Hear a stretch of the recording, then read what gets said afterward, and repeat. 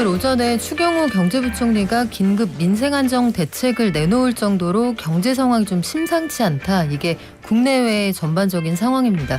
일단 세금도 낮추고 한시적으로 관세 면제하겠다. 이런 조치들도 지금 이루어질 것 같죠. 14개 품목의 관세를 제로 관세화 당분간 그렇게 한다고 하고요.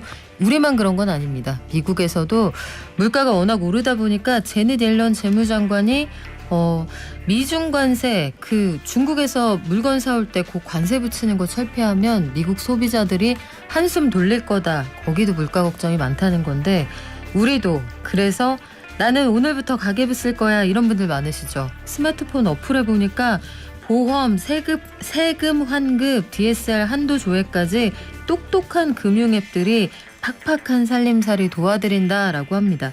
아직 잘 모르는 분들 많을 텐데 쏠쏠한 금융 앱들 행복자산관리연구소의 김현우 소장이 탈탈 털어주신다고 하네요. 안녕하세요. 네, 안녕하세요. 자, 우리 한번 탈탈 털어볼까요? 네, 탈탈 털어보겠습니다. 가장 많이 사용하는 금융 앱 어떤 건가요?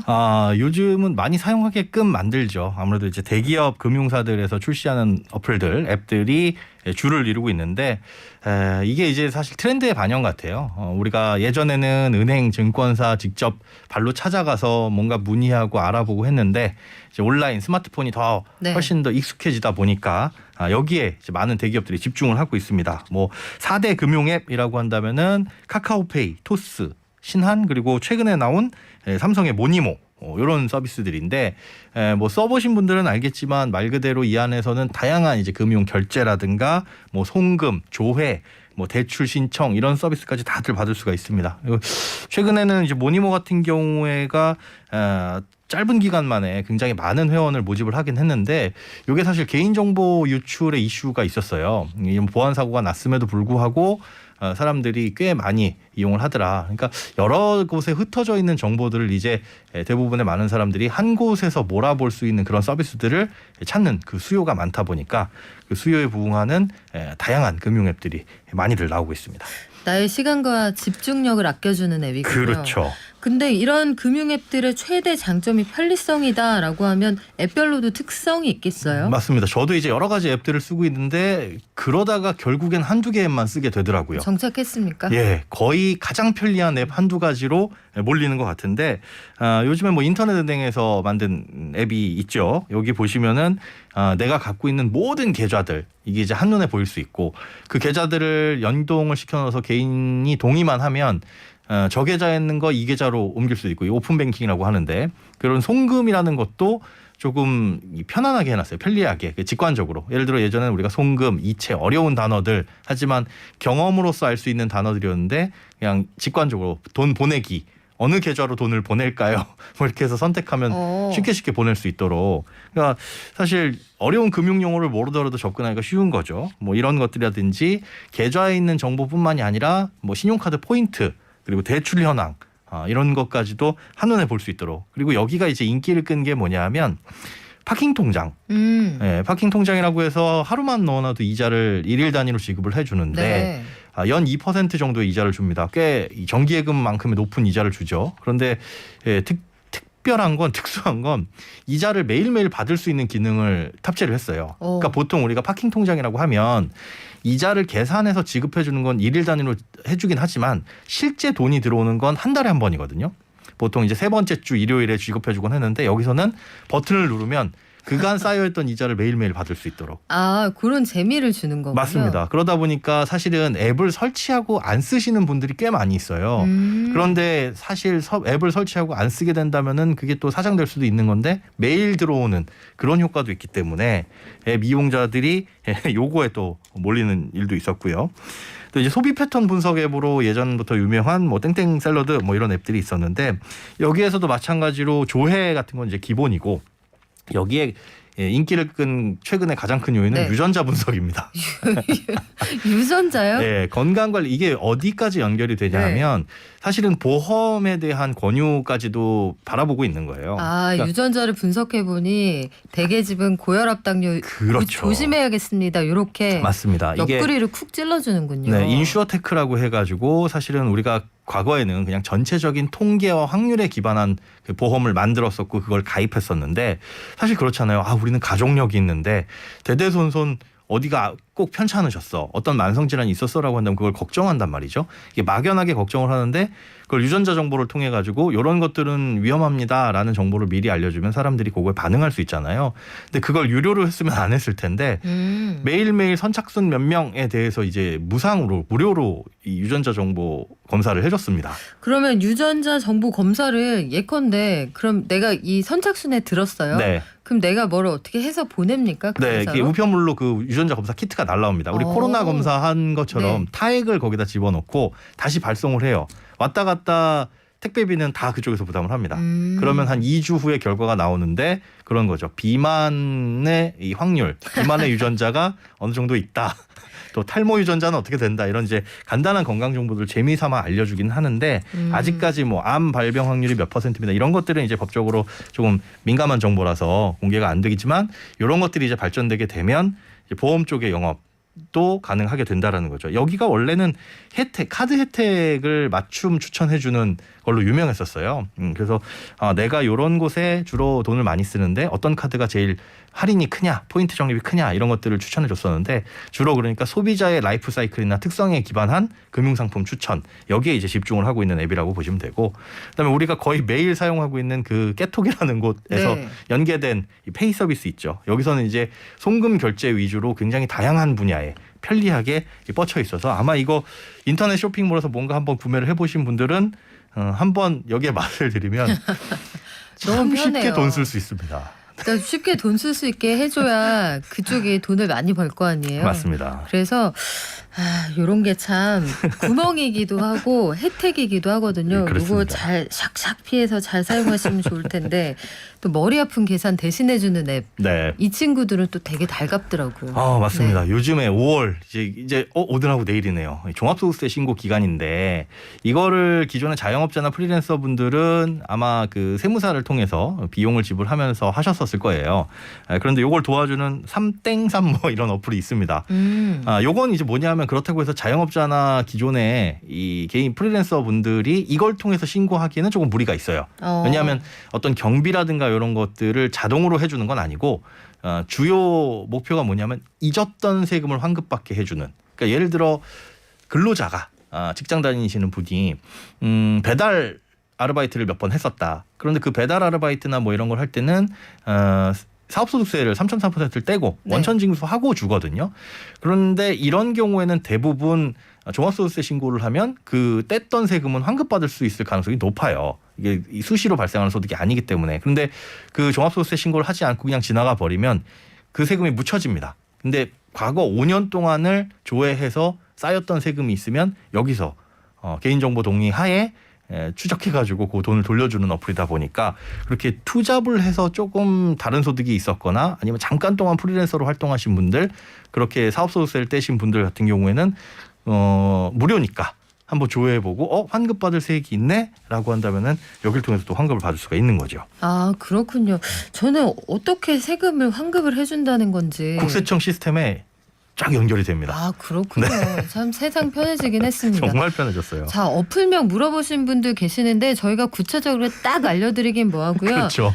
자, 우리 배구할 때 뭐합니까? 아까 그 매일매일 이자 받는 앱 뭐냐고 물어보셨거든요. 배구할 때 스파이크 말고 스파이크 전에 공을 전달해줄 때 뭐예요? 토스 하잖아요. 네, 그렇죠. 힌트가 됐겠죠?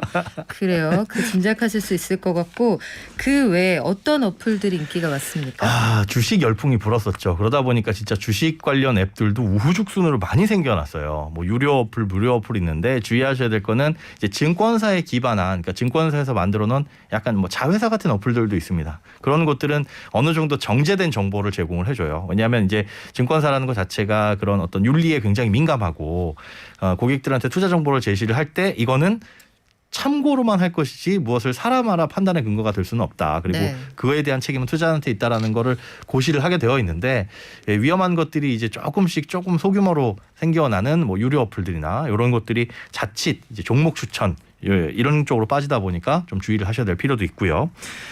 또 아이들한테 이제 금융 경제 교육을 어떻게 시킬까 고민하시는 부모님들이 많다 보니까 그와 관련된 뭐 어플들도 많이 생겨나고 있습니다. 그리고 최근에는 이제 세금 납부, 이제 6월이나 뭐 지방세, 뭐 재산세 낼 때도 이제 돌아오잖아요. 그럴 때 세금 낼 수 있는 어플들, 세금을 낼 때 좀 도와주는 이런 어플들도 있어서 이런 것들도 깔아두시면 1년에 한두 번 사용을 하시는 거긴 하지만 고수고로 내가 받을 수 있는 혜택은 꽤 크다고 볼 수 있습니다. 그렇군요. 종합소득세 신고 내일까지잖아요. 예. 요 날짜 넘기시면 가산세 붙습니다. 네. 얼른 신고하시고요.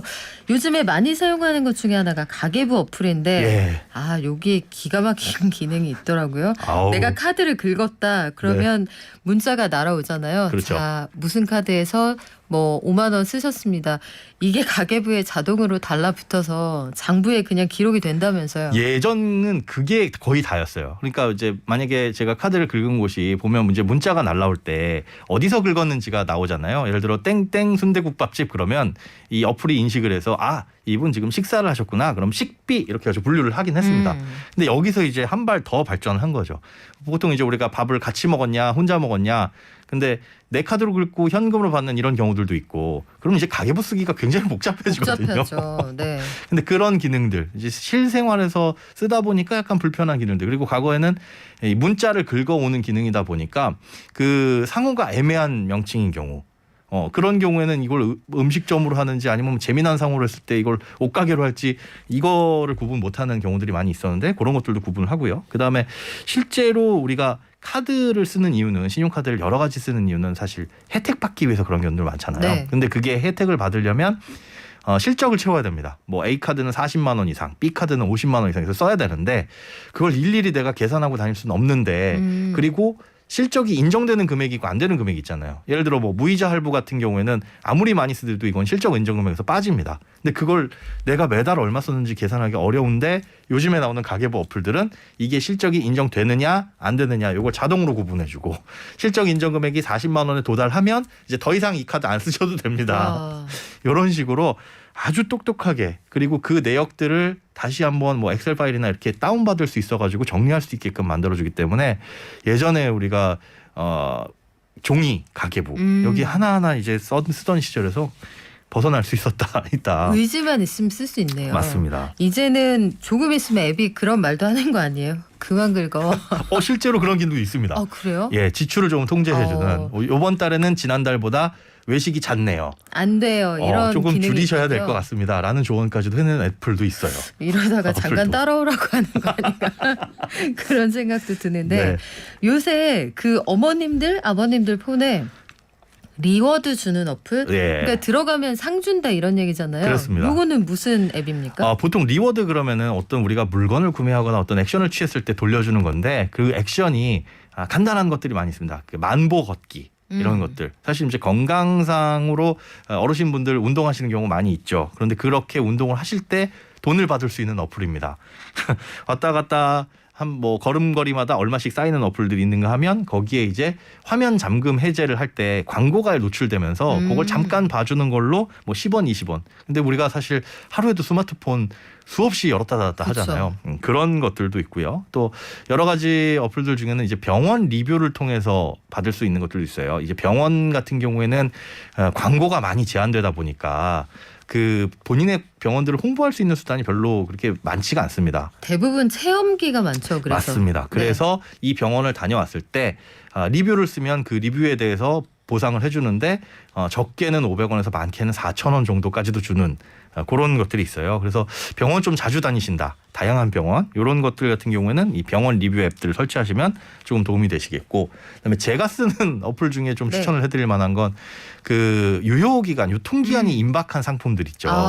처치곤란한 거 이건 폐기해서 없애버려야 되는데 너무 아까운 것들 3일 남았습니다. 뭐 하루 남았습니다. 이런 것들을 싸게 팔게 해주는 어플들이 있어요. 싸게 팔게끔 해준다고요? 그 편의점 점주라든가 아니면 음식점 점주가 여기에 가입을 하고 우리 소비자들이 또 가입을 하면 그것들이 올라옵니다. 구해주세요. 뭐 이래가지고 유통기한 임박 상품들. 근데 그중엔 내가 필요한 게 있다면 바로 살 수가 있는 거고 사실은 그리고 유통기한은 유통되는 기한이지 소비기한은 아니거든요. 사두고도 조금 더 시간적 여유가 있으니까 여기에서 물건을 사면 거의 적게는 반 많게는 90%까지 세일해가지고 팔기도 해요. 야, 그래서 요거 뒤져보시면 1등 신랑감이네요. 아주 알뜰하게 편의점 이용이나 이럴 때 편의점 도시락 자주 드시는 분들은 이건 강추입니다. 그래요. 예. 이제 소장님 이제 시집만 가시면 될 것 같아요.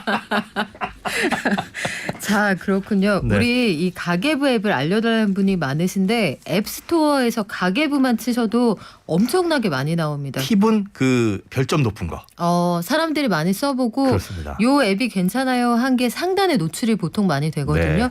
그거 선택하시면 될 것 같고 시간이 많이는 아니고 조금 지났네요. 예. 마지막으로 부동산 정보 요 앱들 어떤 기능이 있는지 짧게 소개를 하고 갈까요?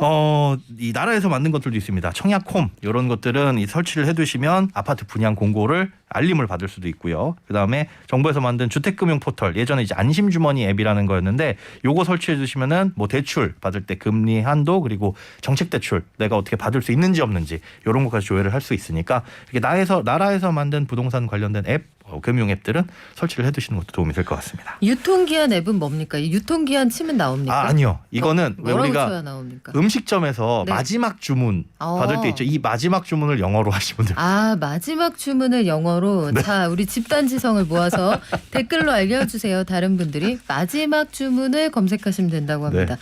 지금까지 행복자산관리연구소 김현우 소장이었습니다. 고맙습니다. 네, 고맙습니다.